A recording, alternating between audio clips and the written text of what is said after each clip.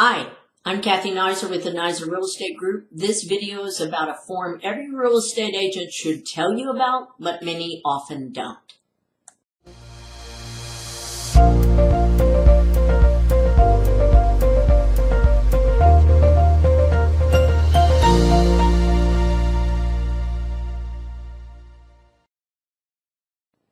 Hi, this is Cathy Naiser with the Naiser Real Estate Group. Thanks so much for watching this video.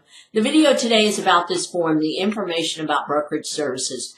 There are two forms that I think in the real estate library are so important, and this is one of them. So I want to go through it thoroughly with you. Anytime you have a substantial conversation with a real estate agent, even on email, they're supposed to give you this form.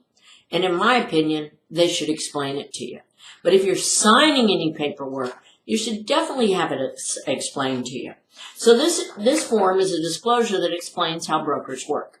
So at the bottom of it, it should show the broker's name and the agent's name, their license, their email, their phone number. It's how you'd get in touch with them. It's how you'd report them if you wanted to. So it says that brokers can represent the owner. So in that case, they have a fiduciary duty to the owner.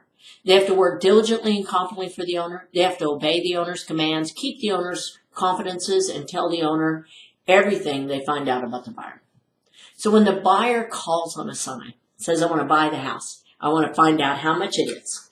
The agent says, so are you pre-approved? And they say, yes, we're pre-approved for $300, but we only want to pay $225.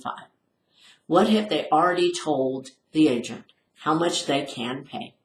And so now the agent has to tell the seller that, because the agent represents the seller when they have the listing. When the sign's in the yard, when the ad's in the internet, most of the time, that agent represents the seller. So real estate brokers can represent the buyer. So that means they have the same fiduciary duty to the buyer. They have to work diligently and confidently for the buyer. They have to obey the buyer's commands. They have to negotiate on the buyer's behalf, keep the buyer's confidences, and tell the buyer everything they find out about the seller. So when you're buying a house, in my opinion, everybody should be represented.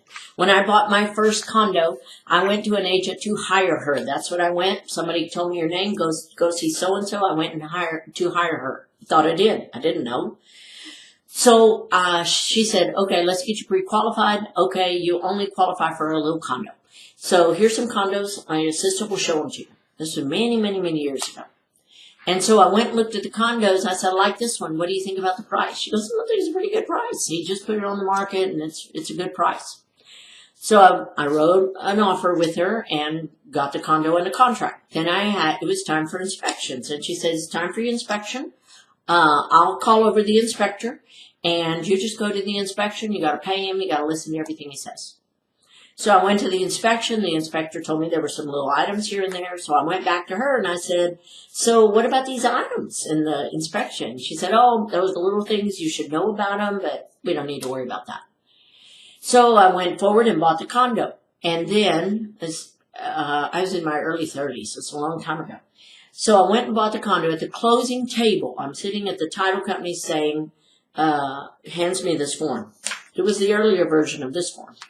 And I said, what is this form? And she said, this says that that agent, who was sitting right beside me, I thought she was my agent, that agent represented the seller. What? She represented the seller? She told me the price was good. She told me the inspection was fine. And she represented the seller? So I've heard of several transactions lately, especially investment kind of transactions. These companies that say, we have these investment properties, we'll let you buy them. So they get you under contract. They're actually representing the seller as the broker. Buyer signs away all their rights. Basically, they know they're not represented.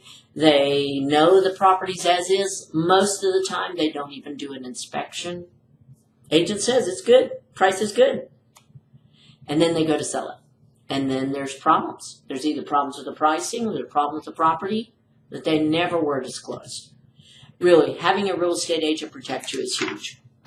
Intermediary is an interesting term, especially in a brokerage like Keller Williams where it's so many realtors. It's basically where one agent is representing the seller and one agent is representing the buyer. Keller Williams or the broker is kind of on top of both. So in intermediary, everybody's treated separately and confidential. It's almost like two separate companies.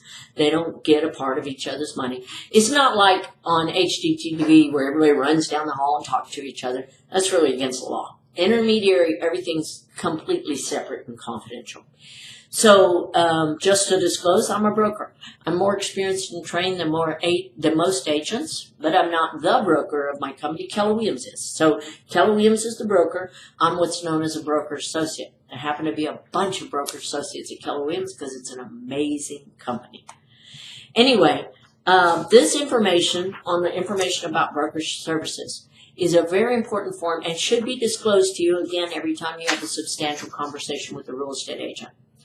If you're doing a transaction and the agent doesn't thoroughly go through every paragraph of the paperwork that you're looking at and signing, don't sign it.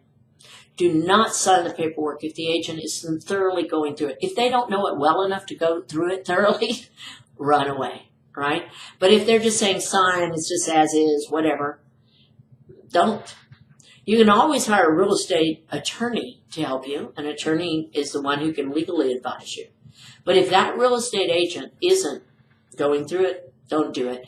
And if you don't have anybody representing you, think carefully. Because their job is not to tell you the truth. Their job is not to tell you things. They can't lie to you. But if they don't represent you, they don't have to tell you things.